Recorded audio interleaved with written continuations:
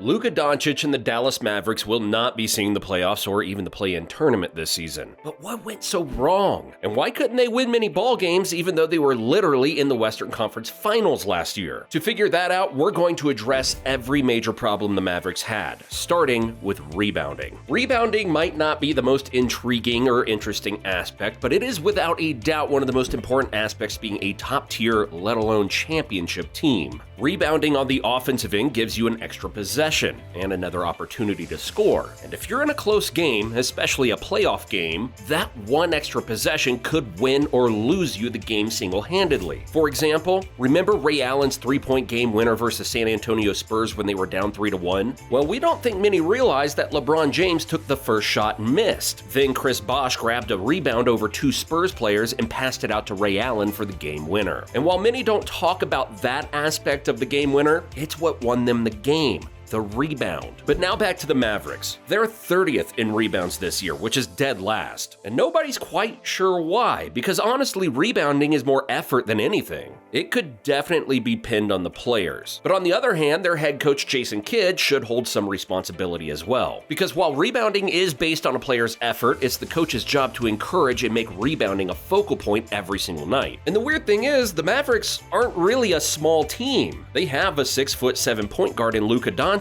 two 6'10" forwards in Maxi Kleber and Dwight Powell, and not to mention Christian Wood and JaVale McGee, who've been great rebounders for pretty much their entire careers. But while Dwight Powell does give maximum effort, he's just too small and not long enough to be a threat on the glass. In fact, he's averaging just 4 rebounds in 19 minutes, and it surely doesn't help that he has just a 6'11" wingspan. And if we're being completely honest here, Luka might just be the best rebounder on the team, and it's not really up for debate. He's averaging 8.6 rebounds per game, which leads the Mavericks by far. Christian Wood is the next best rebounder with only 7.3. So when your point guard is your best rebounder, that's usually going to cause some major problems. Because obviously Luka is the superstar and he's going to be shooting most of the shots. And if he's also your best rebounder by a mile, then Luka better make all of his shots, because if not, he's going to have to get back in transition really quickly. And if you're a Mavericks fan, then we know it was driving you crazy seeing Jason Kidd not play JaVale McGee. He's averaging only 8 minutes per night. Although we know he isn't the most skilled offensive player, nor is he a defensive juggernaut, he can clearly help in the rebounding department. So it's still just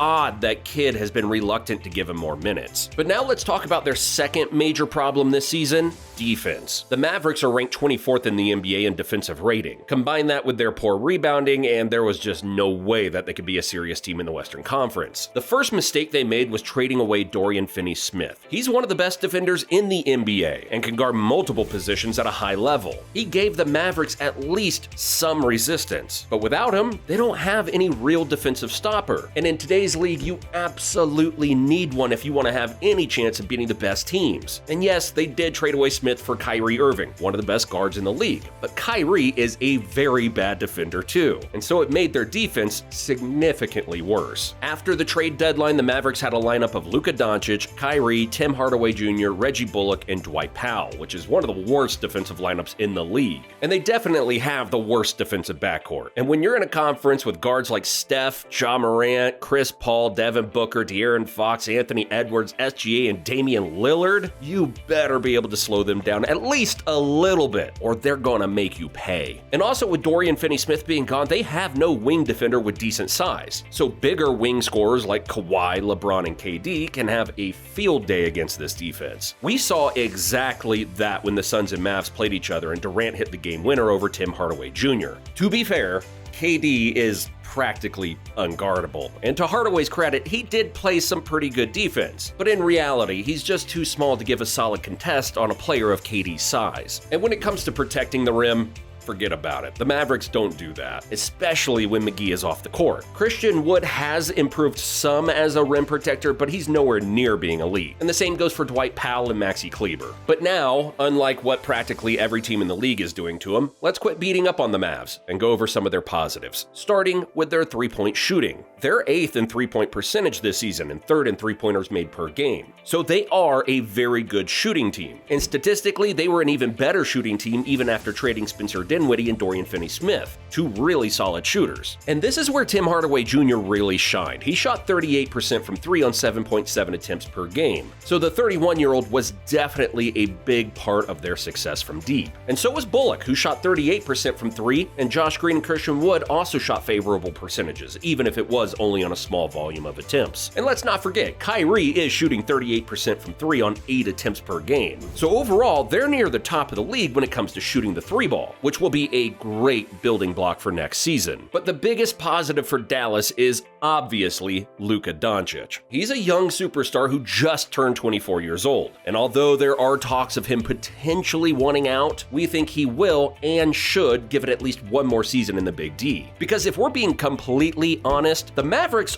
aren't really a disaster of a team yet. Their problems can be addressed in free agency and through trades. A couple of good defenders and rebounders could really turn things in the right direction. The Mavs are scoring. They just need to stop the other team from turning it into a shootout each and every game. And again, Luka is still young and is coming off a great year, averaging 32 points, 8 rebounds, and 8 assists while shooting 49% from the field, 34% from 3, and 74% from the free throw line. He's also third in drives per game and fourth in field goal percentage off of those drives. But even with near MVP level numbers, the Mavs ended up missing the playoffs, or rather, chose to miss the playoffs. Luka was sat out pretty much the entire game against the Bulls on March 7th, which confused everyone since it was a do-or-die game, even if the Mavs' chances to get into the play-in were still slim. But Jason Kidd said this about why Luka didn't play. I can't speak for him, but I think when you look at it, we all said that we want to have an opportunity to find a way to get into the play-in tournament, and we were going to play until told otherwise. And today is the day that we've been told that we're going to do something different. And so he's going to participate in the first quarter, and then he's done for the season.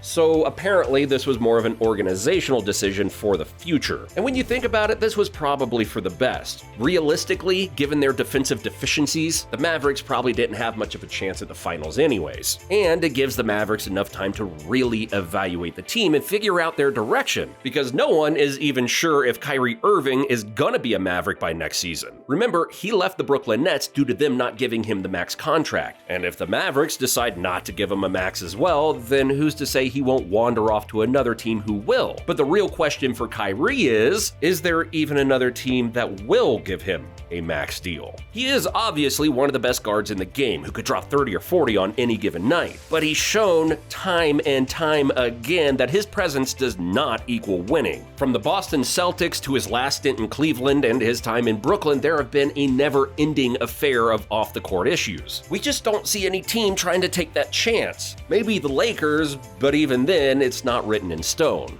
Luka and Kyrie in the backcourt in Dallas for at least one more year makes the most sense. But the only way that can work is if the Mavericks surround them with really good wing defenders. They've got decent defenders with potential in Reggie Bullock, Josh Green, and Maxi Kleber, so just adding one top-of-the-line wing defender and a really good rim protector could be all they need. This will be a very interesting offseason for the Mavs. They've got plenty of decisions to make, and now, thanks to tanking against the Bulls, they have a top 10 draft pick.